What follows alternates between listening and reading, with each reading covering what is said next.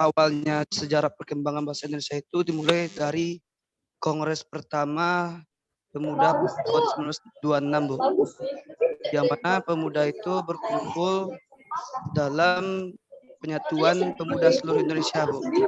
Kamu di situ zoomnya. Pada saat itu para kaum pemuda sedang beradu argumen sangat hangat, Bu. Masuk dulu di WA itu. Ngapa ramai ya? Ada mic-nya yang tidak ditutup ya? Coba ulangi lagi. Oke, Bu. Tadi ya. Saya ulangi lagi ya, Bu. Ya.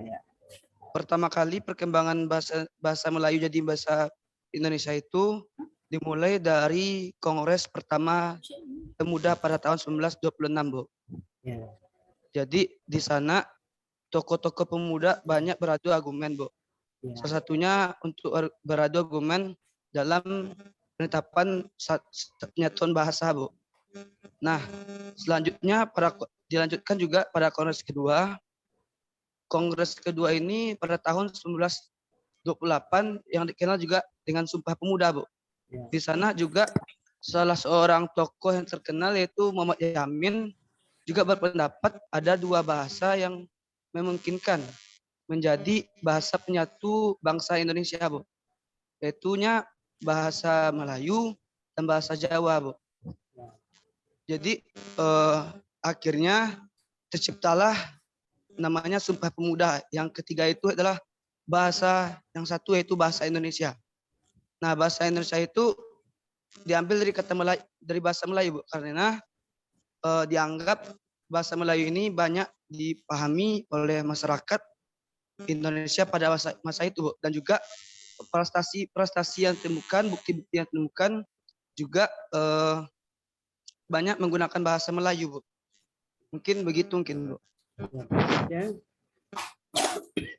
Jadi Kongres Pemuda sebelum tahun 28, tapi yang tersurat itu ya, yang tersurat kongresnya itu 28 Oktober 1928. Tapi sebelum itu sudah ada rancangan ya untuk ya saudara katakan tadi sudah ada pertemuan, sudah ada kongres, tapi yang ada di dalam sejarah, konsep sejarah itu pada tanggal 28 Oktober 1928 ya. Enggak. Jadi bagian akhir dari Sumpah Pemuda itu, kalau pertama itu mengakui ya, pengakuan bertanah air satu, tanah air Indonesia, pengakuan mengakui bahwa kita punya tanah air Indonesia. Yang kedua, pengakuan juga berbangsa satu, bangsa Indonesia. Tapi butir ketiga itu bukan pengakuan, tapi sebuah pernyataan. Menjunjung bahasa persatuan, bahasa Indonesia.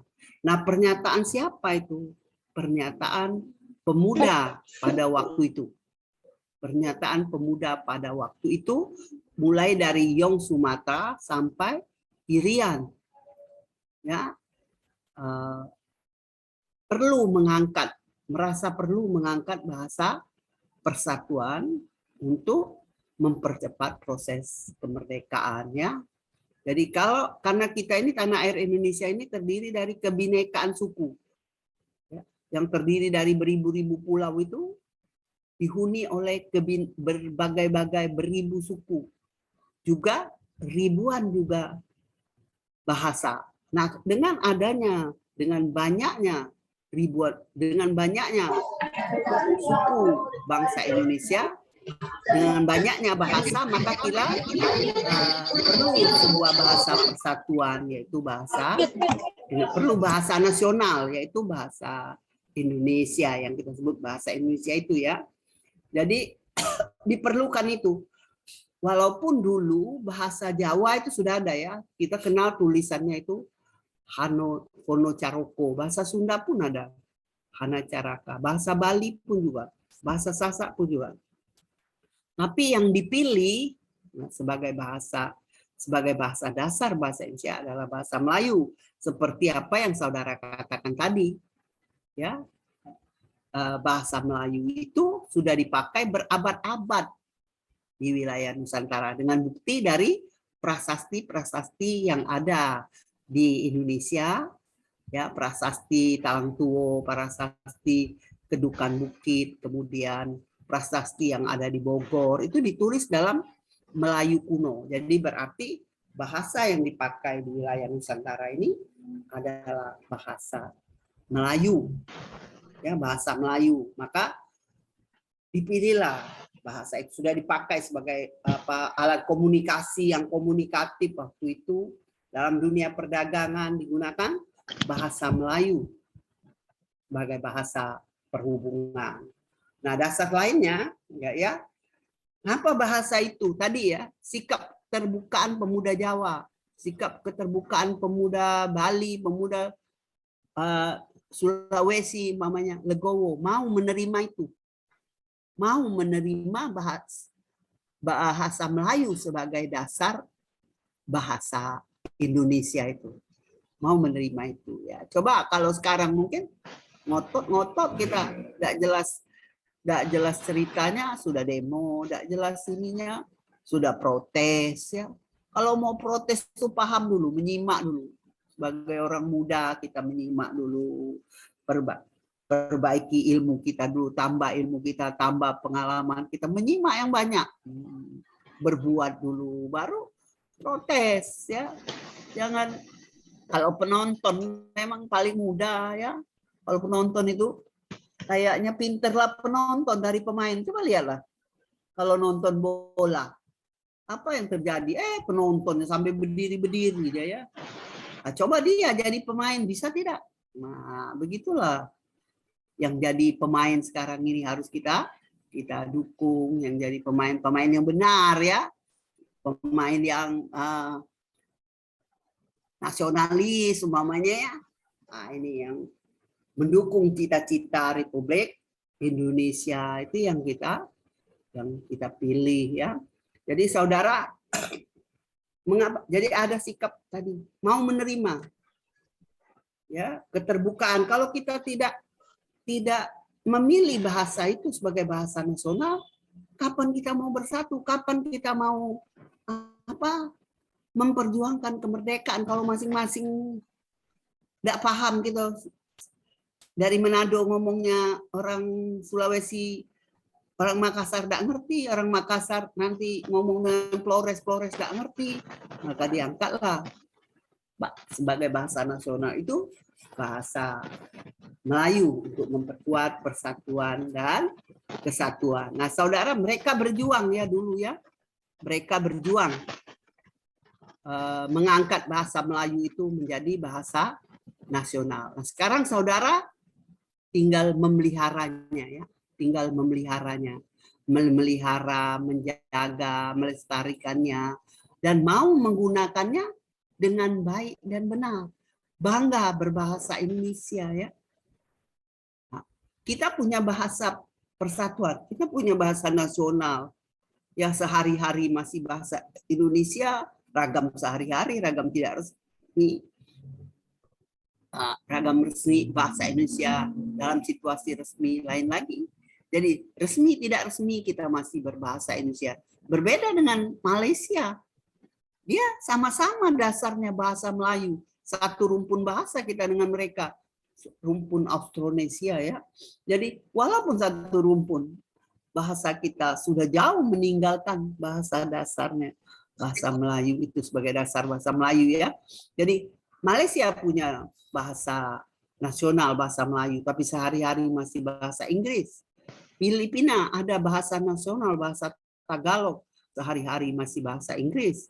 India juga ada bahasa Hindi, sehari-hari juga masih menggunakan bahasa Inggris. Kalau kita Indonesia, sehari-hari bahasa Indonesia, pemuda Indonesia sehari-hari bahasa Indonesia, resmi bahasa Indonesia, tidak resmi berbahasa Indonesia. Ya, belum kita menggunakan bahasa Inggris dalam ragam sehari. Kita perlu bahasa Inggris, kita perlu.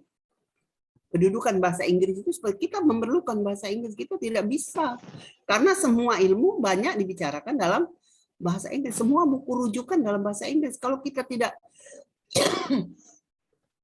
tidak bisa, kita akan ketinggalan ilmu. Jadi bahasa Inggris kita itu untuk kita ke dunia internasional, kita perlu belajar bahasa Inggris untuk menggali ilmu-ilmu lain itu kita memerlukan bahasa Inggris ya. Jadi untuk komunikasi ke dunia luar kita memerlukan bahasa Inggris. Jadi saudara bangga berbahasa Indonesia, jangan ikut-ikutan aku dia bahasa Indonesia itu semuanya sudah bahasa Inggris semua. Coba semua. Aduh, semua sudah logis, psikologi itu sudah bahasa Inggris semua. Katanya komunikatif, komunikan, semua bahasa Inggris. Bahasa Latin ya. Kalau kita tidak menggunakan dalam sebuah ilmu seperti itu kita akan ketinggalan. Tapi kita kalau di Inggris, kalau bahasa Inggris kita ambil, kita Indonesiakan. Ya. Kita Indonesiakan. Ejaan dan lafalnya seperti ejaan dan lafal bahasa Indonesia. Nah, itulah kata Ibu olo-oloan Ibu. Nah, kalau bahasa Indonesia apa yang ditulis itulah yang dibaca ya. Kalau bahasa Indonesia apa yang ditulis itulah yang dibaca. Tapi kalau bahasa asing, terutama bahasa Inggris, kalau Ibu olo-oloannya apa? Nah, lain tulisannya, lain bacaannya. One tulisannya, kata orang ini. Wan bacaannya, cie maknanya. Tapi bahasa Indonesia, apa yang ditulis, itulah yang kita baca. Jadi kalau dia di Indonesia kan, ejaannya harus disesuaikan dengan ejaan bahasa Indonesia. Ya, dieja seperti ejaan kompleks. Ya, kalau dulu kan pakai X, ekspor dulu pakai X ujungnya. Sekarang tidak, sudah mengikuti ejaan bahasa Indonesia ya. Nah, kapan Bu yang boleh mengikuti ejaan bahasa Indonesia? Ya kalau sudah booming, kalau sudah dipakai secara sepakat di wilayah Nusantara ini sudah menggunakan kata itu, bukan hanya orang komunikasi saja tapi pemakai bahasa di Indonesia menggunakan kata itu, ya itu sudah menjadi bahasa Indonesia. Tapi kalau dia masih asing, harus tetap asing, upgrading ya tetap saja upgrading, jangan upgrading, jangan seperti itu. Communication-nya ya mungkin dalam ilmiah mungkin kita gunakan itu, dalam ilmiah kita perlukan umpamanya Bu ada sistem, ada sistemnya. Yang mana Bu? Yang benar. Kalau bahasa Indonesia kan sistem. Kalau bahasa asingnya sistem. Nah itu beda makna. Sistem mungkin untuk hal-hal tertentu digunakan dalam kalimat apa, konteks apa ya. Jadi kalau sudah menjadi bahasa Indonesia harus dieja dan dilafalkan seperti ejaan dan lafal bahasa Indonesia. Tapi kita juga suka itu ada psikososiolingvistik, ada psikososial, ada psikopolitik, ada psikohierarki ya. Kenapa pakai psiko? Tidak psiko ya. Ada psiko sosialnya, ada psikopolitiknya, ada psiko hierarkinya. Sekarang yang kita lagi gaduh sekarang ini kan. Nah, ada yang pakai istilah psiko. Ya boleh-boleh saja. Bahasa itu suka-sukanya saya. Yang penting yang kita ajak bicara mengerti apa yang kita. Tapi kita sebagai orang yang disegani, orang siapa panutan kita dalam berbahasa? Ya orang-orang besar itu, pejabat itu, dosen, guru. Ya, tapi Ibu guru bahasa Indonesia suka bahasa Palembang Ibu. Apa ya Ibu?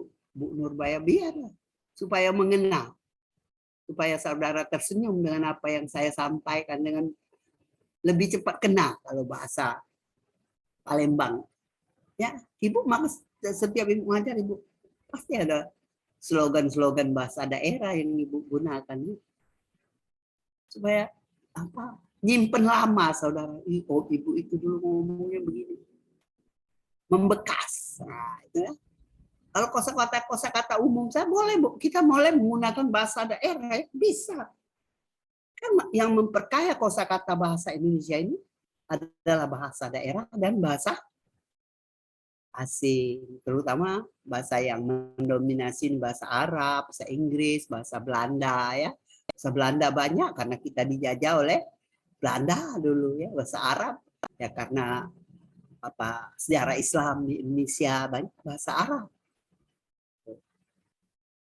Yang dominan itu bahasa Inggris karena bahasa Inggris adalah dipakai di dunia internasional oleh semua harus mengenal itu ya. Nah ini sejarah perjuangan bahasa Indonesia ya. Jadi saudara, mengapa bahasa Melayu itu dipilih sebagai bahasa nasional? Ya. Coba siapa yang mau menjawab Ibu? Saudara kan sudah Ibu suruh baca kemarin. Mengapa bahasa Melayu yang dipilih sebagai bahasa nasional? Kenapa tidak bahasa Jawa tadi? Ya, siapa namanya? Dewi. Ya, Dewi, coba Dewi. Karena kemarin Dewi sudah baca beberapa referensi dari sejarah dari awal pertama kali kerajaan Majapahit itu saat menjalin hubungan dengan berbagai kerajaan lain di luar maupun di dalam Nusantara. Bahasa Melayu telah digunakan sebagai bahasa diplomatik. Selain itu juga bahasa Melayu sejak zaman dahulu terjadi proses niaga. Misalnya terjadi proses niaga suatu bangsa Portugis, Prancis, Belanda dengan bangsa pribumi.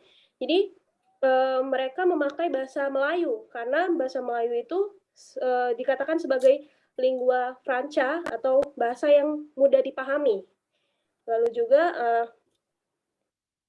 bahasa Melayu juga tidak mengenal tingkatan penggunaan dan waktu dibandingkan bahasa daerah lainnya seperti Sunda maupun Jawa, serta Inggris. Jadi, itulah mengapa bahasa Melayu dapat dijadikan bahasa nasional. Jadi, bahasa Melayu itu sudah dipakai sebagai bahasa resmi di kerajaan-kerajaan di wilayah Nusantara ini ya. Kemudian bahasa Melayu juga dipakai sebagai bahasa kebudayaan. Buku-buku, aturan hidup itu ditulis di dalam bahasa Melayu ya. Kemudian yang tadi ada dikatakan bahwa bahasa Melayu itu sebagai lingua franca. Jadi jangan di Indonesia kan, kalau lucu juga lingua franca.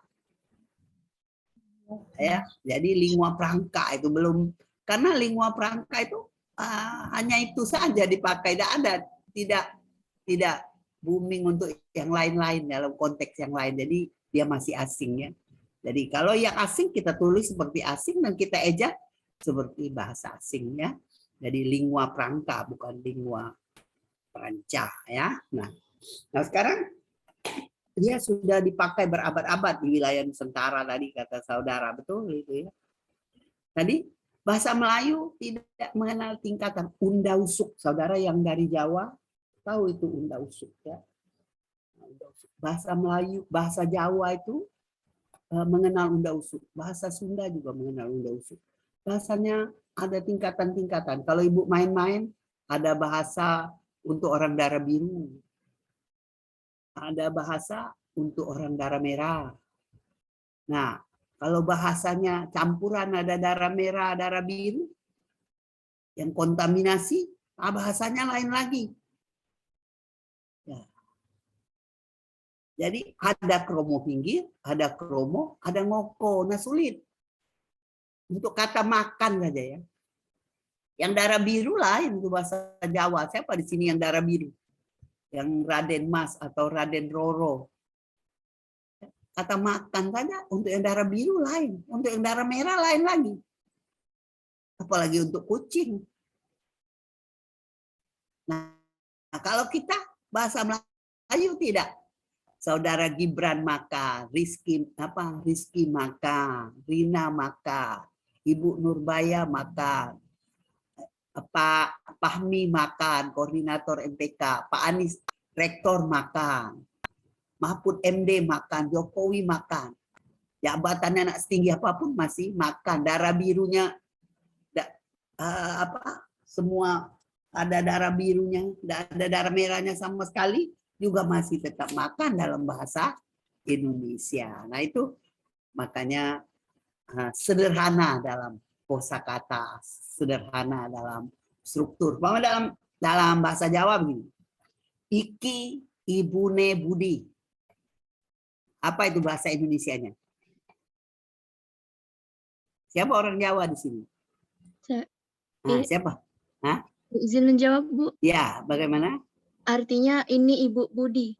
Nah, bahasa Jawanya. Iki Budi. ibune Budi. Ya, jadi bahasa Jawanya? Itu ngoko, Bu. Ya, iki ibune Budi itu artinya kan ini ibunya Budi. Iki ibune Budi. Ini ibunya Budi. Iya ibuna Budi. Ini ibunya Budi. Bahasa Indonesianya ini ibu Budi. Tidak ada.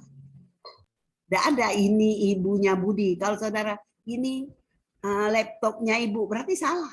Ini rokoknya Pak apa yang di saudara? Ibu Rogaya Pak, bukan. Ada saya kurang hafal nama dosen di fisik gitu ya. Nah, ini rokoknya Jordi. Nah, ini rokoknya Jordi. Ada ngerokok Bu saya. Nggak apa-apa ya. Ini rokoknya Jordi itu bukan bahasa Indonesia tapi ini rokok Jordi. Kalau dia mengatakan ini rokoknya Jordi, berarti dia menggunakan struktur bahasa Jawa. Sedangkan bahasa Indonesia tidak dipengaruhi bahasa daerah. Ya. Jadi iki ibune Budi. Ini ibunya Budi. Bahasa Indonesianya ini ibu Budi, ini rumah. Ini Pak Dene. Ini Bu Dene. Arti ini ibu Bu D-nya, ini Pak D-nya, begitu kan? Menggunakannya. Nah, sekarang kita kembalikan lagi ya. Jadi itulah mengapa bahasa Melayu dipilih sebagai bahasa nasional ya. Jadi saudara bangga berbahasa Indonesia, menggunakannya dengan baik karena dia syarat dengan kesantunan ya, syarat dengan kecendikiaan. Orang pandai bisa berbahasa Indonesia. Kalau yang tadi dari Minang enak, dia tinggal ngalus-ngaluskan saja, tinggal intonasinya saja masih kelihatan intonasi Minangnya tadi. Siapa itu? Yang agak panjang tadi jawab yang apa? Mengenai Kongres Bahasa 26 tahun 26 tahun 28 itu kayaknya dari Minang ya. Siapa tadi? Siapa itu? Yang menjawab Ibu tadi. Yang jawab pertama tadi siapa? Hafiz, Bu. Ya, betul lah, Hafiz dari Minang, Hafiz. Betul, Bu. Hafiz dia dari Minang, Bu. Iya, dari intonasinya Ibu bisa lihat Hafiz dari Minang ya. Itu tesnya sekarang masih di Minang apa sudah di Palembang, Hafiz? Saudara kuliah, semua mata kuliah untuk FISIP masih daring semua apa hanya mata kuliah MPK saja? Masih daring semua, Bu. Daring semua. Iya. Jadi masih di daerahnya masing-masing masih bisa ya. Ya, baiklah ya. Jadi kita lanjutkan. Ini bahasa Melayu sebagai bahasa nasional itu kekuatan hukumnya ada di sini. Sebagai bahasa nasional pada tanggal 28 Oktober 1928 pada peristiwa Sumpah Pemuda menjunjung bahasa persatuan bahasa Indonesia. Ingat ya, satu itu pengakuan, dua itu pengakuan, tapi yang ketiga pernyataan. Pernyataan siapa? Pernyataan pemuda pada waktu itu. Kemudian bahasa Indonesia sekarang ini sudah, coba Ibu pengen dengar juga. Bahasa Indonesia sekarang ini sudah berbeda dari bahasa Melayunya dulu. Jauh berbeda dengan bahasa Melayu dulu. Coba apa sebabnya? Siapa yang mau jawab Ibu? Karena saudara sudah baca, sudah Ibu suruh baca. Izin menjawab, Bu. Ya, siapa itu? Alia Innova.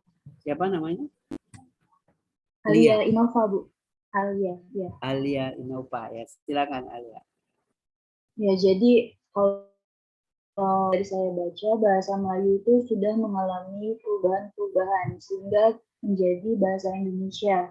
Dikarenakan dari bahasa Melayu itu sendiri sudah menyerap kosakata dari bahasa-bahasa luar seperti contohnya bahasa Persia, bahasa Arab maupun bahasa Eropa. Dan bahasa-bahasa ini juga dipengaruhi dari adanya perdagangan antara Indonesia dengan negara lain, Bu. Gitu. Terima kasih, Bu. Siapa lagi yang mau menjawab? Ada tambahan?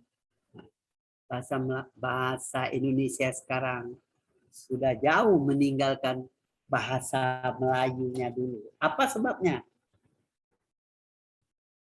Izin menjawab, Bu. Ya, silakan. Sudah jauh berbeda. Ya, coba. Siapa namanya? Bintang, Bu, Bintang Ya, Ramadan. silakan Bintang. Jadi kenapa bahasa Indonesia ini sudah jauh tertinggal dengan bahasa Melayu yang aslinya dulu? Karena sesuai perkembangan zaman, banyak anak muda ataupun kalangan remaja mengikuti ataupun terlalu mengikuti budaya Barat, Bu, westernisasi. Jadi remaja ataupun anak muda sekarang lebih cenderung untuk meniru gaya-gaya Barat yang terkenal dan populer pada masa sekarang, Bu. Itu siapa? Bintang juga dari Minang ya, kayaknya Bintang ya. Iya, Bu. Iya ya. Ada lagi itu dari saudara Bintang Ibu. ya. Ya, siapa itu? Izin menjawab. Iya, ya, Dewi Ayu Aulia. ya. Kenapa bahasa Indonesia sekarang lebih berkembang daripada bahasa Melayu? Menurut Dewi sih karena ya tuntutan zaman ya Bu ya, perkembangan bahasa Indonesia dilakukan dengan dua jalan, yaitu pengembangan dan pembinaan bahasa. Dari segi pembinaan bahasa ada di jalur pendidikan bahasa seperti sekarang kita kan sedang belajar bahasa Indonesia, itu kenapa terus berkembang. Terus juga dari segi pengembangan, penggunaan ejaan yang berganti-ganti merupakan contoh nyata adanya usaha pengembangan bahasa Indonesia ke arah yang lebih baik. Lewat tata bahasanya, bahasa Indonesia terus mengembangkan kosakata yang terwujud dalam bentuk kamus dan terus bertambah dari tahun ke tahunnya. Seperti itu. Kalau kaidah mantap ya, kalau kaidah mantap. Kaidah bahasa Indonesia tidak berubah. Mungkin yang mengalami perubahan itu adalah ejaan ya, kosakata yang mengalami perubahannya. Jadi ejaan ini kita sudah berkali-kali mengganti ejaan yang menyesuaikan dengan kemajuan zaman, kemajuan teknologi. Jadi kita sudah jauh sebenarnya apa yang saudara bicarakan itu sama sebetulnya. Jadi kita sudah jauh meninggalkan karena pengaruh majunya ilmu, majunya teknologi, majunya anak muda, tuntutan ilmu.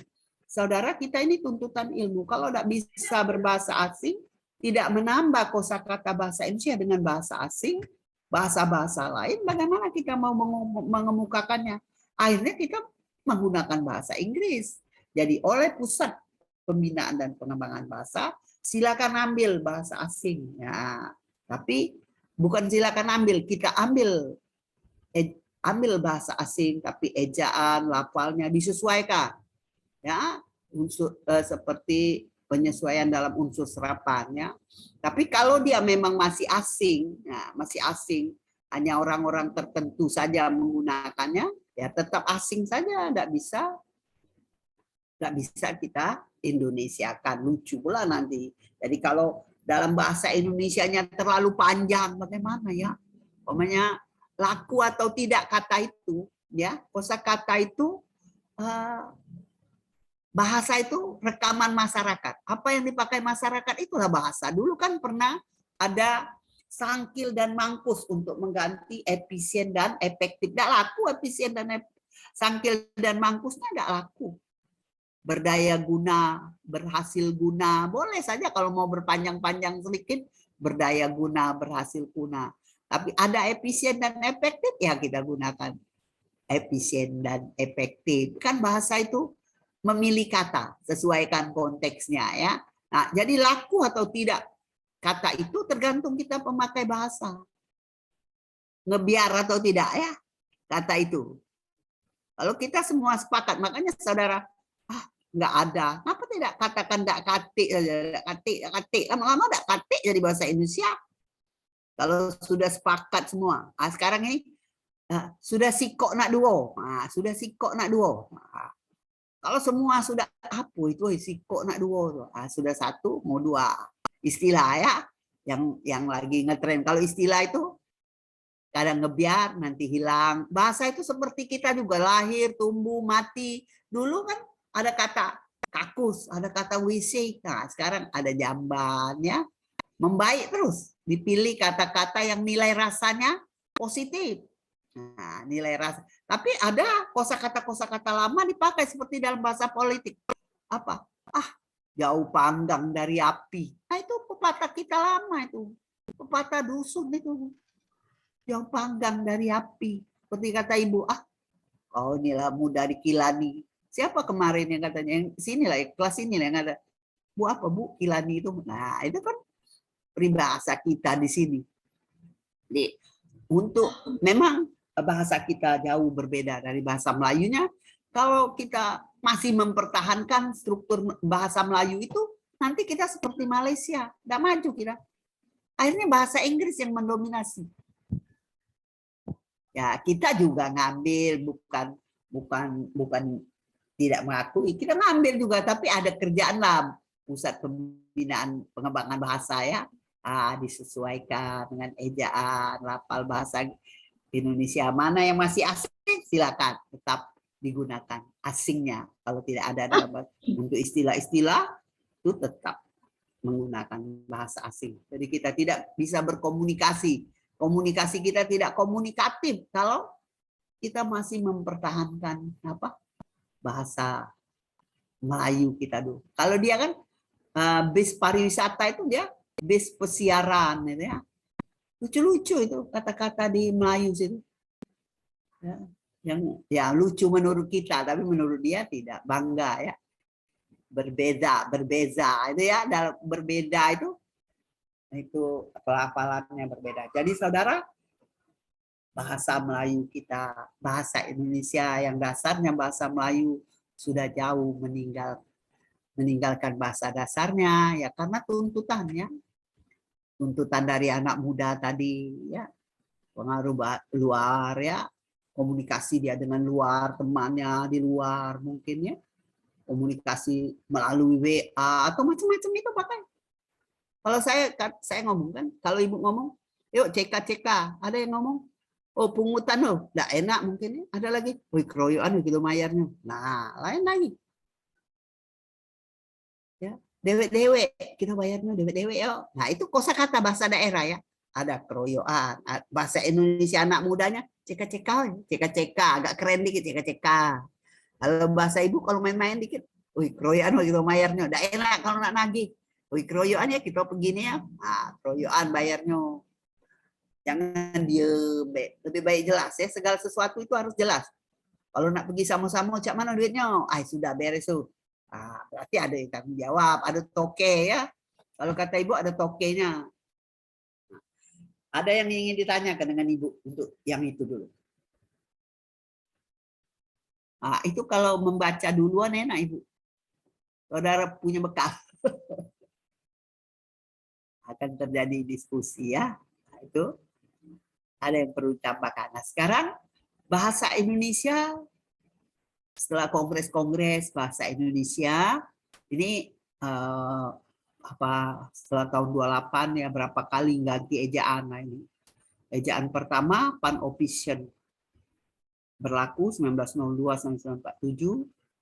Ini cerita lama saja, ejaan Swandi 1947 sampai 72. Sekarang ini ejaan bahasa Indonesia. Itu tadi kata temanmu tadi. Apa bukan diperbaiki tapi dianalisis lagi baiknya seperti apa, bagus seperti apa ya, tidak menghilangkan budaya Indonesia. Jadi berhasillah sekarang ini ejaan bahasa Indonesia. Seperti kita Edi, ada Y ya, suka saudara Edi pakai Y, Edi. Nah, coba ibu lihat di sini ada nama itu. Ada Susi namanya yang pakai Y. Coba. Ini Pak Reski Mahesa. Hadir, ya, Pak Reski Mahesa. Ini Ki. Ini dalam bahasa Indonesia ini, bahasa Inggris ini I. Nah, dalam ejaan bahasa Indonesia sekarang ini tidak ada I. Ya, adanya Y. Y ya. Kalau Y tidak ada I. Jadi kalau Pak Reski I ujungnya. Kalau Pak Reski pakai I jadi Pareskai. Tapi tidak apa-apa, itu kan untuk sebuah nama itu sudah diaktekan, tidak usah diubah. Nanti kata Ibu Nurbaya nih, ngenyek saya, nama saya harus diganti. Iya, tidak ya, itu contoh saja ya Pak Reski, bahwa bahasa Indonesia tidak mengenal fonem I ya, yang ada adalah I. Ya, makanya terjadilah pergantian seperti ini. Nah, ejaan Pan-Official dulu seperti ini. Ejaan Republik EYD seperti ini. Sekarang enggak lagi namanya EYD ya. J sekarang Y kita. Ya, J sekarang menjadi Y. TC menjadi C. DJ Majid dulu pakai DJ, sekarang ini Majid seperti ini. Nyonya dulu NJ, sekarang Nyonya NY ya. Nah, ini perubahan pembaruan dalam ejaan untuk menunjukkan bahwa bahasa Indonesia punya identitas bahasa sendiri ya. Nah, sekarang kita lihat bahasa Indonesia kedudukannya bukan sebagai bahasa nasional saja. Nah, ini kedudukan bahasa Indonesia selain sebagai bahasa nasional juga sebagai bahasa negara. Jadi dua kedudukan bahasa Indonesia. Sebagai bahasa negara, ini kekuatan hukumnya. Nah, bahasa Indonesia sebagai bahasa negara adalah terdapat dalam Undang-Undang Dasar 1945 bab 15 pasal 36 dengan ketetapan MPRS. Jadi ini ada undang-undangnya ya, bahasa Indonesia ini sebagai bahasa negara untuk memperkokoh persatuan kesatuan di Republik Indonesia, karena bahasa kita bersaudara, karena bahasa pula perang saudara. Ya, kita ribut-ribut ini karena bahasa. Yang satu melintirnya lain, yang kanan, yang kiri melintir lain, yang depan melintir lain. Kalau bisa digoreng, apalagi banyak netizen sekarang. Saudara netizen juga ya, macam-macam. Hati-hati ya, jadi semua harus dijaga betul. Ini kekuatan hukumnya ya, kekuatan hukum. Jadi dua kedudukan bahasa Indonesia sebagai bahasa nasional dan sebagai bahasa resmi negara. Nah, apa fungsinya? Fungsinya seperti ini. Nah, ini ya. Kedudukannya sebagai bahasa nasional, fungsinya sebagai lambang kebanggaan nasional. Tapi kalau Ibu disempitkan sedikit bahwa bukan hanya lambang identitas nasional, tapi lambang identitas diri. Ya, lambang identitas diri dalam lingkup kecil. Dalam lingkup besar, lambang kebanggaan nasional. Lambang jati diri. Nah, ini ya, yang kedua ya, Ibu tadi, lambang jati diri, identitas kita. Apa identitas kita? Budaya, sosial, budaya, lingkungan, politik, ekonomi, ini terlihat semua dari bahasa kita ya. Kemudian lambang kebanggaan. Ya, inilah bangga berbahasa Indonesia, bangga punya bahasa sendiri ya, dalam berkomunikasi baik resmi maupun tidak resmi ya. Alat pemersatu seperti apa yang Ibu sampaikan kemarin ya. Kalau kita bersatu, sapu lidi itu coba. Kalau bersatu, bersih dia nyapunya ya. Mudah membersihkannya. Dengan bersatu mudah tujuan tercapai ya. Keinginan bangsa mudah tercapai. Nah, kalau hanya satu sapu lidi itu saja, apa yang terjadi? Patah dibuat membersihkan. Jadi selalu bersatu di kelas, bersatu, ya. Selalu bersama, ya. Selalu bersama, gotong royong, berbagi. Itulah sikap-sikap mulia ya. Kemudian alat pemersatu berbagai masyarakat yang berbeda. Jadi Pinang, Medan, Palembang bertemu dalam bahasa nasional, bahasa Indonesia. Ya. Nah, jadi kalau di bis kota, kalau di samping kita orang yang kita tidak kenal, gunakan bahasa Indonesia. Ya. Kemudian kedudukannya sebagai bahasa negara. Berkedudukan sebagai bahasa negara. Apa fungsinya? Nah, bahasa resmi negara, bahasa pengantar resmi di lembaga pendidikan, bahasa resmi dalam perhubungan tingkat nasional, ya. Bahasa resmi di dalam membangun budayaan, baik impak dan imtek. Nah, ini ya, itu bahasa resmi negara. Jadi semua yang namanya resmi harus menggunakan bahasa Indonesia. Di luar dari itu boleh bahasa Indonesia tidak resmi, masih bahasa Indonesia juga tapi tidak resmi, ya. Nah, ini tolong tolong beritahukan temanmu, ya Bu, nanti saya kasih tahu. Ya. Kalau dia kasih tahu, kasih tempe saja suruh, ya. Berikutnya ini ada slogan. Kita bangga kalau dulu kan mau kemana, ke airport, ya, keren. Sekarang ke bandara, ya. Kemana? Terminal kedatangan, ya. Terminal keberangkatan. Nah, itu berarti bahasa Indonesia sudah bagus. Boleh bahasa Inggris tapi ada bahasa Indonesianya. Close, tutup, open, buka. Ada sandingannya. Tidak ditinggalkan bahasa Indonesianya. Takut kalau ditinggalkan nanti lumpuh, kebablasan. Nah, ini slogannya. Gunakan bahasa Indonesia yang baik dan benar. Coba siapa yang paham tentang slogan ini?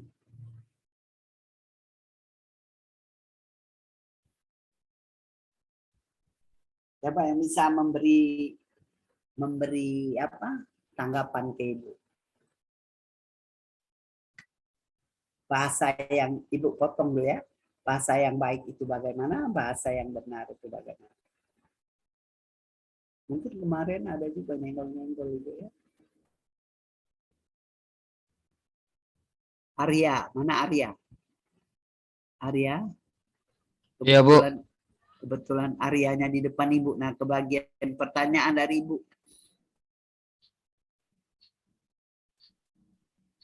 Bagaimana kira-kira menurut saya? Tes, Bu. Masuk ada suaranya, Bu? Masuk. Silakan Arya. Maksud dari gunakan bahasa Indonesia yang baik dan benar itu maksudnya kita harus menggunakan bahasa Indonesia itu dengan sesuai aturan KBBI mungkin. Ada yang lain menambahkan? Alia Inopa. Bu, izin menjawab, Bu. Izin. Siapa itu? Organisme menjawab, Bu. Al-Huda, Bu. Ya, silakan. Siapa namanya? Yang mau menjawab siapa? Al-Huda. Al-Huda, silakan Al-Huda. Di sini sepengetahuan saya, bahasa Indonesia yang baik itu adalah pemakaian bahasa yang sesuai dengan situasi yang sedang dihadapi, Bu. Dan jika bahasa yang benar itu adalah penggunaan bahasa yang sesuai dengan kaidah kebahasaan yang telah ada. Ya, nah siapa lagi ingin nambahkan dari Al-Huda? Ya, siapa lagi? Desta, izin Ya, menambahkan, gunakan bahasa Indonesia yang baik dan benar berarti baik dalam maksud sopan dan santun. Bahasa yang sopan dan bahasa yang santun. Sedangkan bahasa yang benar yaitu bahasa yang sesuai dengan kaidah bahasa Indonesia. Ya, sudah bisa menjawab semua, ya. Nah, sekarang ke Ibu yang menjawab, Ibu klarifikasi dari jawaban saudara, ya. Bahasa yang baik itu, yang kalau kemarin Ibu katakan bahasa yang baik itu kan komunikatif. Kalau komunikatif baik, saudara itu untuk bahasa yang baik sudah ada pada saudara. Sudah saudara miliki, bisa diterima di FISIP Ayo itu, ya. Nah, komunikatif. Kalau saudara bicara, temannya ngerti tidak? Coba Ibu tanya. Ngerti. Kalau dia tidak ngerti, tidak diterima, saudara. Nah, kalau teman bicara, saudara ngerti tidak? Ngerti kan? Nah, sudah mewakili apa yang kita inginkan dan penerimaannya sama. Ya, kalau pendengarnya sama apa yang kita maksudkan. Jadi bahasa yang baik di sini maksudnya ya, kalau kita berkomunikasi lisan itu gunakan bahasa Indonesia ragam lisan. Kalau kita berkomunikasi tulis, kita gunakan bahasa Indonesia ragam tulis. Itulah baik. Nah, saudara itu suka rancu begini. Nulis gunakan ragam lisan. Lisan gunakan ragam tulis. Nah, sekarang coba Ibu ada contoh seperti ini. Tinggal saudara saja. Ini lisan apa tulis? Seorang bapak baru pulang dari kantor. Dan apakah Ibu sudah masak? Jawab ibunya, saya sudah masak. Itu ragam tulis apa ragam lisan? Lisan, Bu. Tulis, Bu. Lisan, Bu. Nah, Tulis. Lisan. Tulis, Bu. coba satu-satu ngomongnya. Kalau rombongan begitu udah kedengeran Ibu. Siapa yang mau menjawab? Ragam tulis apa ragam lisan? Korik, Bu. Ya, Paran. coba. Ragam lisan, Bu. Ragam tulisnya seperti apa? Kurang tahu. Kurang tahu ya. Apakah Ibu sudah masak? Itu ragam tulis. Kalau ragam lisan sudah masak, Bu? Kan itu ragam lisan. Nanti dijawab oleh ibunya. Sudah masak, Pak. Begitu ragam lisannya. Nanti kalau Bapak pulang, apakah Ibu sudah masak? Bingung ibunya. Aku kalau mak itu nak jawab berkaidah pula. Saya sudah masak, hidangan tersedia lengkap di atas meja. Nah, itu ragam tulis. Ya. Kalau saudara mau beli buku, berapa harga buku ini, Pak? Atau berapa ini? Jadi berapa harga buku ini? Itu ragam tulis. Tapi berapa? Ini ragam lisan. Jadi ragam lisan dengan ragam tulis itu berbeda ya. Kalau hari ini Rizky mengenakan kerudung warna putih. Nah, hari ini Rizky mengenakan kerudung warna putih. Itu ragam apa itu? Ragam tulis, Bu. Ragam tulis. Hah? Ragam tulis. Ragam tulis. Tulisan, Bu. Apa? Nah, jangan main tebak-tebak kancing baju itu. Ya. Hari ini Rizky berkerudung putih itu. Itu bahasa tulisnya begitu ya. Hari ini Rizky berkerudung putih. Kalau saudara katakan, hari ini Rizky mengenakan kerudung, nggak boleh lah ragam lisan, nak berpanjang-panjang dikit boleh. Tapi bahasa Indonesia tulisnya, hari ini Rizky berkerudung putih. Itu ragam tulisnya. Kalau Ibu kata, ia kerja di pabrik roti. Itu ragam tulis apa ragam lisan? Ragam tulis, Bu. Tulis. Tulis. Tulis, Bu. Nah, berarti belum saudara belum nanggap, belum paham maksud Ibu. Sekarang ia kerja di pabrik roti, itu ragam lisan. Ragam tulisnya ia bekerja di pabrik roti. Ia mancing di sungai. Ragam tulis apa ragam lisan? Lisan, Bu. Ragam lisan, Bu. Lisan, Bu. Nah, bola pintar juga. Jadi tulisnya seperti apa? Ia memancing. Ia memancing. Dia memancing di sungai. Iya, memancing ikan di sungai ya. Tadi lupa ikannya Ibu. Oke, mancing apa pula? Nah, ya, ia memancing ikan di sungai. Yang ia mancing ikan. Nah, itu ragam lisan. Ia nyuci. Apa dia belum datang? Dia nyuci. Nah, nyuci. Mencintai apa? Menyintai apa mencintai? Mencintai. Mencintai. Bu. Mencintai. Iya, mencintai. Jadi harus balik ke kaidah yang dasarnya dulu. Kaidah dasar dulu apa ya? Kalau saudara belajar dulu mungkin lupa-lupa inget Pak. Karena bahasa Indonesia cuek bebek, yang penting aku ngomong gue ngerti kan? Begitu. Jadi saudara, karena terlalu seringnya kita menggunakan bahasa ragam, tidak apa, tidak resmi atau tidak apa ya, tidak resmi ya, bahasa tidak baku. Jadi bahasa ini ya, bahasa yang baik itu, jadi kalau kita berkomunikasi lisan, kita gunakan ragam lisan. Kalau komunikasi tulis, gunakan. Jadi tidak lucu bahasanya itu.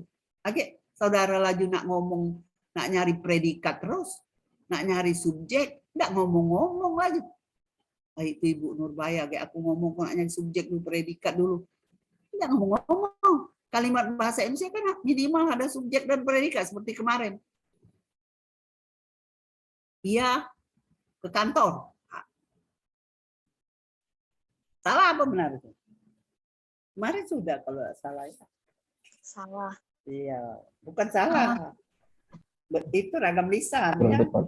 Iya, ragam lisan itu. Nah, mana Ibu? Ke kantor ya. Dia pergi ke kantor, itu ragam tulis predikat, tidak boleh hilang kalau dalam ragam tulis. Jadi lisan itu ya, kalau tulis paling minimal kalimat bahasa Indonesia itu harus ada subjek dan predikat. Kalau saudara kadang sepanjang itu saja saudara tidak ada subjeknya. Coba, gadis yang berdiri di depan ibu. Gadis yang apa ya, berhadapan, gadis yang berdiri di sudut itu saja, gadis yang berdiri di sudut itu benar salah?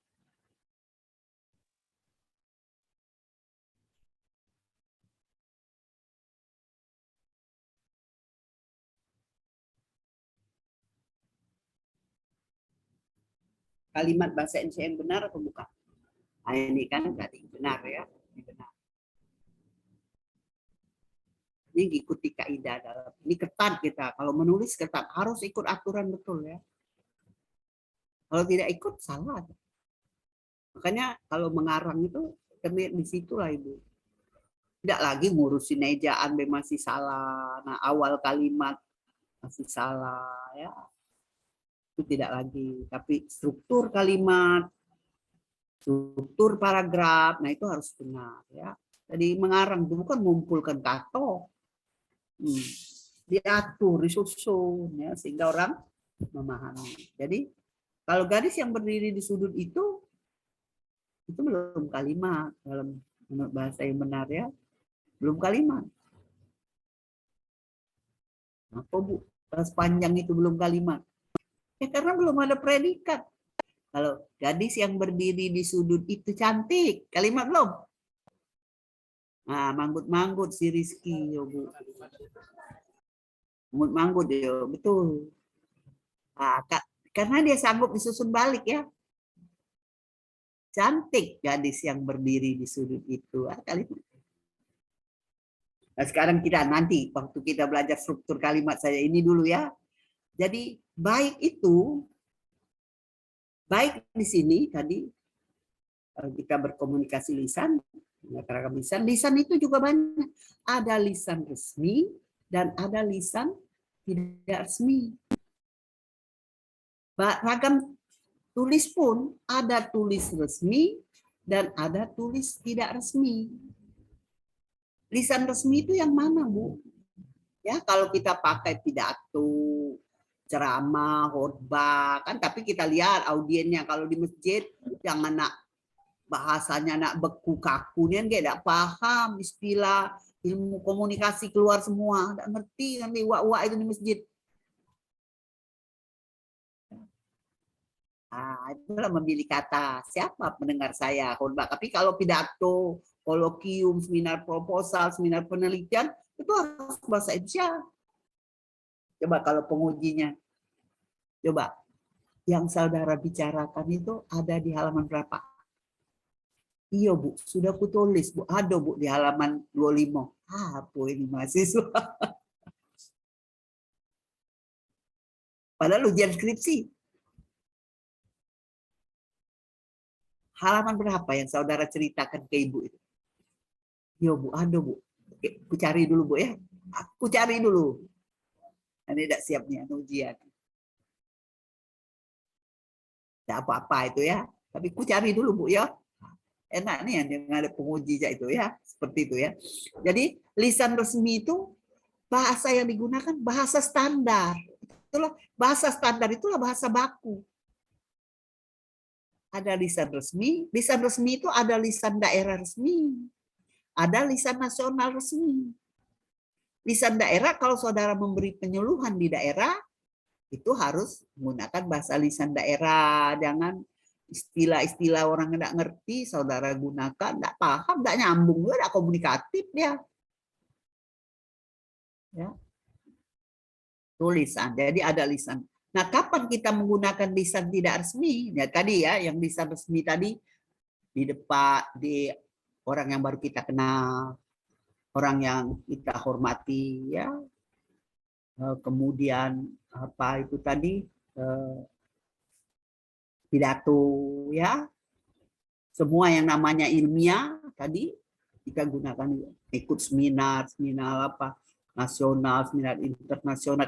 Kalau kita sebagai pemakala ya, pemakala atau peserta, karena kan orangnya macam-macam, kita gunakan bahasa yang baik saja. Jangan tidak ngomong-ngomong lagi nak pak cari predikat dulu, nak pakai subjek dulu, tidak ngomong, sudah diam, namingkem. Nah, tulisan ya. Kemudian tulis resmi kemana Bu? Yang tidak resmi lisan dengan temanmu ya. Dalam dunia perdagangan, ya, dalam kehidupan sehari-hari, lisan tidak resmi. Jadi bahasa Indonesia itu tidak baku, tidak beku, menyesuaikan seperti kata temanmu tadi, sesuai dengan situasi pemakai dan pemakai. Nah, ya apa itu tulis tadi, tulis resmi dan tulis tidak resmi, tulis baku dan tulis tidak baku. Tulis baku itu semua yang namanya tulisan ilmiah dan surat menyurat resmi itu semua harus menggunakan bahasa tulis baku.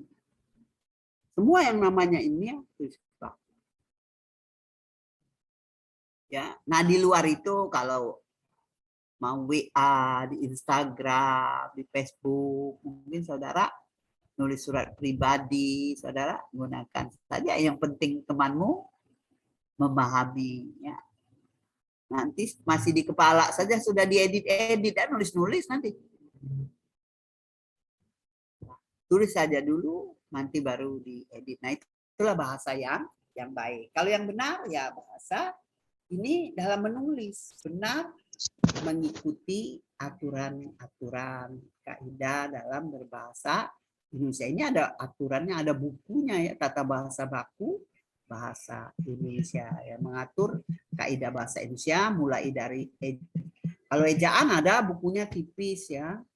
Ada kaidah ejaan, ada kaidah diksi, ada kaidah kalimat, ada kaidah paragraf. Itulah dasar-dasar, ada kaidah kerangka. Karena untuk memudahkan kita di dalam menulis. Nah, untuk itu ada yang ingin ditanyakan. Nah, nanti di sini ada tugasnya ya. Nah, ini tugasnya sederhana sekali ini. Barangkali kalau orang visip layo ini sambil tidur baca nulis dia. Ya. Ada enggak yang sambil tidur baca nulis? Tapi sambil tidur baca nulis beda nulis ya. Nah, ini kerjakan ya. Nanti waktu e-learning belum ada e-learningnya karena enroll key-nya belum selesai ya. Bukan enroll key-nya yang belum, e-learningnya belum selesai, jadi enroll key-nya belum bisa dibagi ke saudara ya. Nah, untuk ini ada yang ingin ditanyakan, saudara silakan baca, sisa waktu silakan baca untuk mendiskusikan ini atau mendiskusikan materi yang sudah kita pelajari buat kesimpulan tentang sejarah perkembangan bahasa Indonesia dan kedudukan bahasa Indonesia ya. Ada yang ingin ditanyakan? Halo? Ini sudah ada waktu sisanya berapa menit? Pukul 2 kita selesai ya. Jadi kalau 100 menit itu ceramah 50 menit, 50 menitnya mandiri ya. Nanti di e-learning begitu.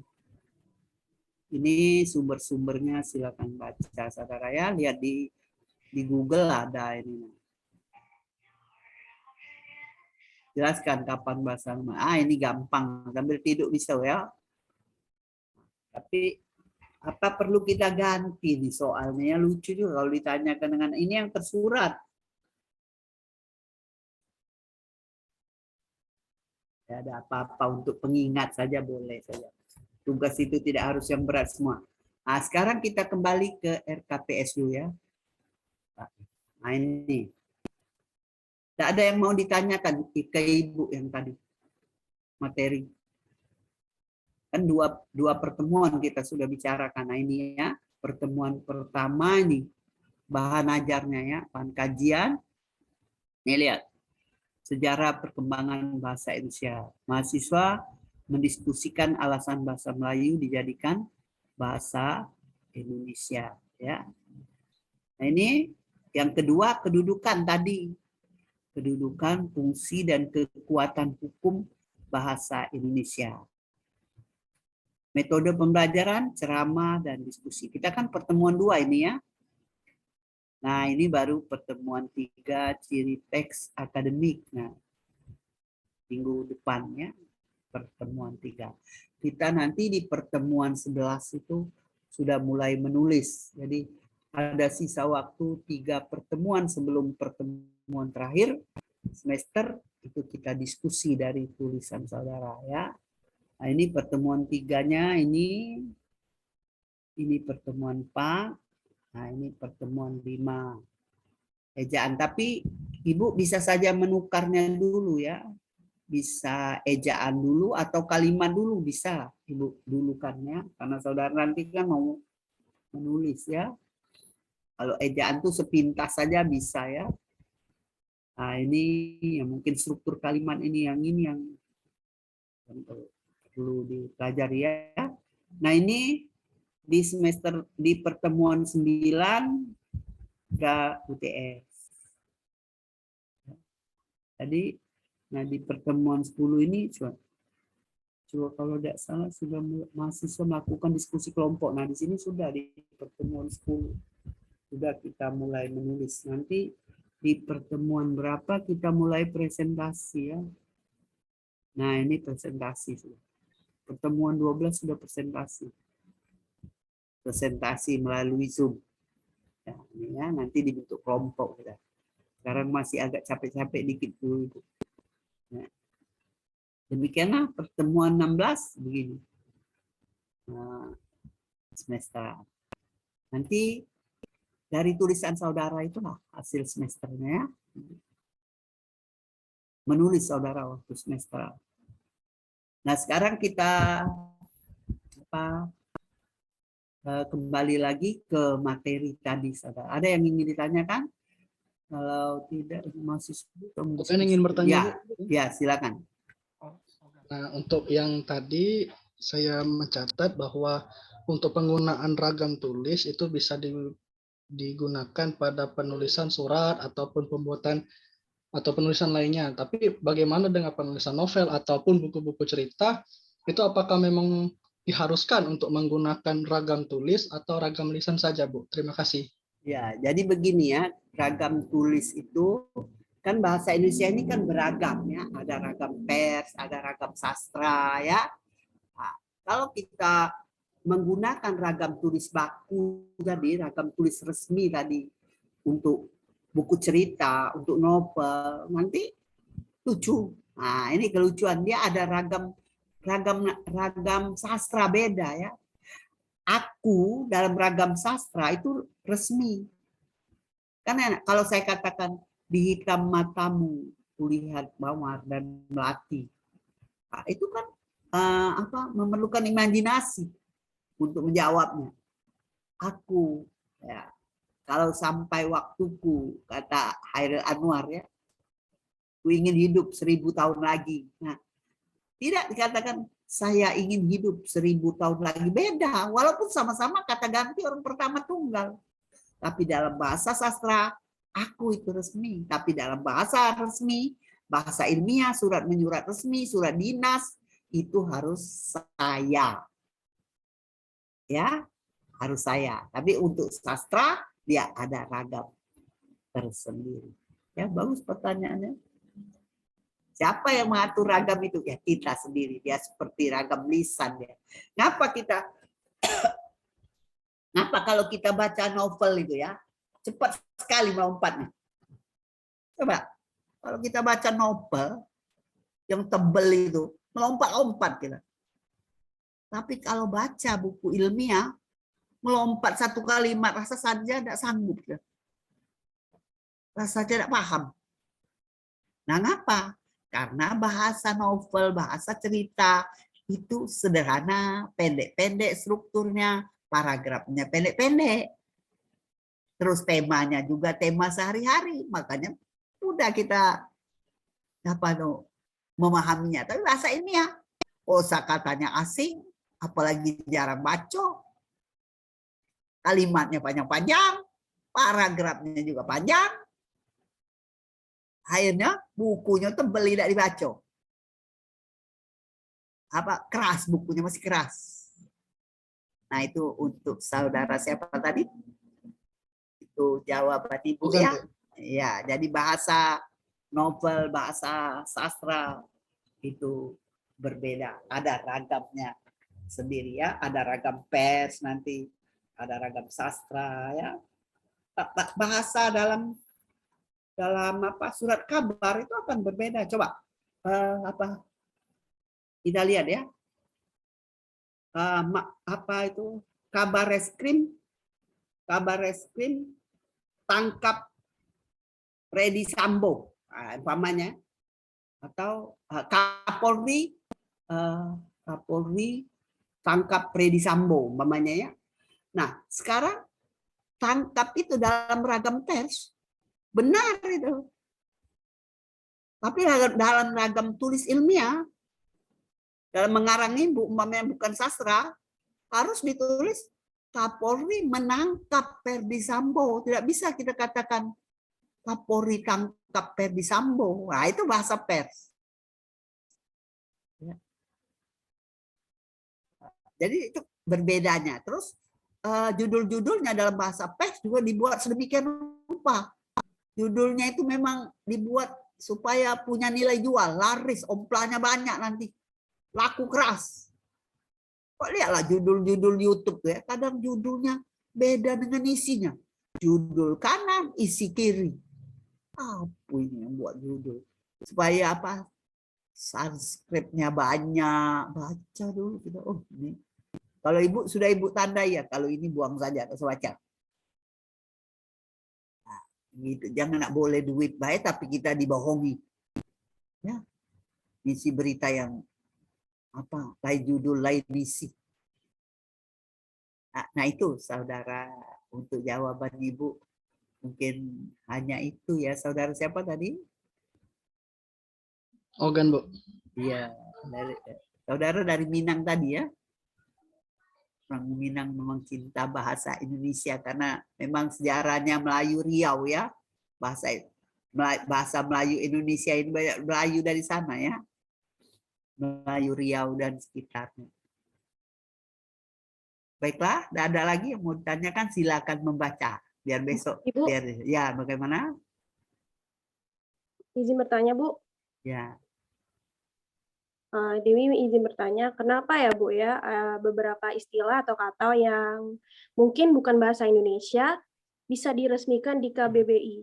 Contohnya seperti kata gochujang atau saus Korea itu resmi di KBBI. Kenapa ya Bu ya?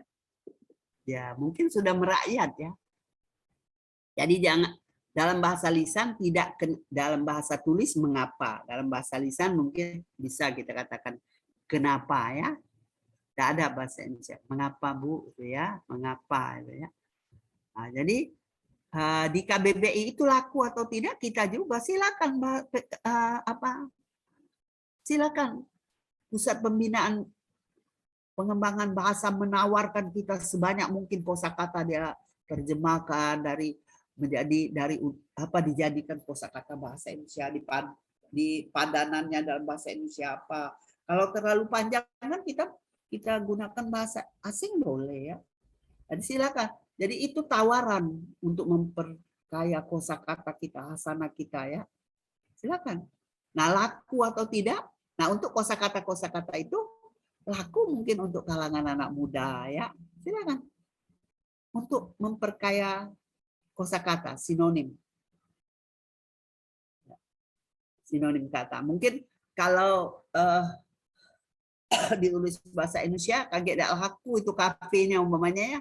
Nah, tapi itu dari makanan Korea tapi di Indonesia kan. Nah, seperti itu ya. Demikian untuk siapa itu tadi? Nah, ada Dewi, Bu. Dewi. Ya, Dewi ya. Jadi memang pusat pembinaan pengembangan bahasa memperkaya kosakata bahasa Indonesia. Jangan sampai nanti ditulisnya dalam bahasa asing. Kalau sudah ada di KBBI, tulisannya seperti KBBI. Jangan nulis masih asingnya ya. Nah, kalau dia masih ditulis asing, berarti kita masih menganggap itu bahasa asing. Nah, bahasa Indonesia itu suka banyak yang mendua ya. Misalnya menerjemahkan, menerjemahkan. Nah, itu bentuk itu yang suka membingungkan kita. Ya.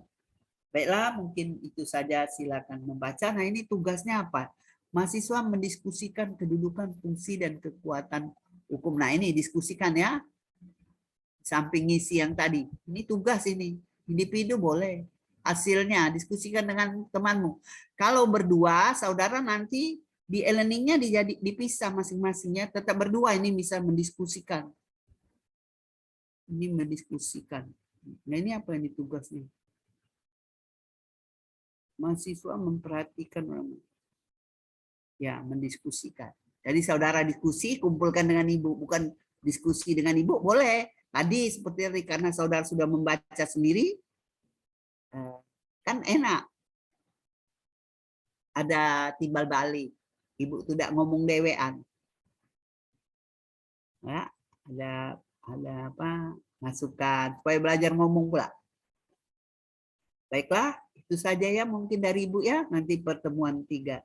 Sampai bertemu minggu depan, sisa waktu silakan baca untuk mendiskusikan. Ini ada ya soal. Jadi ini kemarin sudah ini ya, yang ini yang belum. Nah, yang ini. Nanti kalau ada e-learningnya dikumpulkan ke e-learning. Barangkali itu saja dulu. Wassalamualaikum warahmatullahi wabarakatuh. Waalaikumsalam. Terima kasih, Bu. Terima kasih, Bu. Terima kasih banyak, Bu. Makasih, Bu. Terima kasih, Bu. Ya, Bu, maaf mau bertanya, izin bertanya, Bu. ya, bagaimana? Untuk soal yang tadi itu, apakah akan dibagikan nantinya di grup atau gimana, Bu? Ibu nih karena sekarang ini kalau melalui HP Ibu, nanti ini ada nanti di e-learning Ibu masukkan ya. Jadi saudara sekarang ini masih dengar Ibu saja dulu ya. Tugasnya terpaksa ditunda. Mudah-mudahan minggu depan ada ini sudah di e-learningnya. Atau begini, kalau memang ini Ibu bisa masukkan di grup ini ya, materinya ya, atau RPS-nya nanti berat. Tunggulah saja di e-learning dulu minggu depan. Kalau udah ada baru Ibu sharekan di grupnya ya. Baik, Bu. Ya. Baik, Bu. Makasih, Bu. Ya, sama-sama ya. Mohon maaf, Bu. Mohon maaf, Bu. Izin Ya. bertanya, Bu. Ya. Buat masalah e-learning, Bu. Ya. Kan masih banyak siswa-siswa yang masih belum bisa pakai e-learning. Farhan sendiri juga masih belum bisa sampai sekarang membuka e-learning, Bu. Apakah apa ini ya? Apa mata kuliah saudara ada yang sudah e-learning belum? belum? Belum ada. Masih Ya, belum. Karena banyak belum. Bagaimana? Coba. karena masih banyak masalahnya, Bu, e-learning, Bu. Iya. Memang lagi orang MPK saja pusing ya. Nah, kalau memangnya lambat nanti bisa sendiri saudara sampai semester tinggi nanti e-learning itu tetap ada. Sudah berapa tahun yang lalu nanti siapa tadi bisa sendiri. Kalau baru ya banyak bertanya mungkin dengan temannya ya. Nanti yakin kamu bisa, kamu orang pintar semua ya. Nah, kalau belum juga nanti lama ya Ibu kasihkan nanti di WA Ibu ya. Ininya.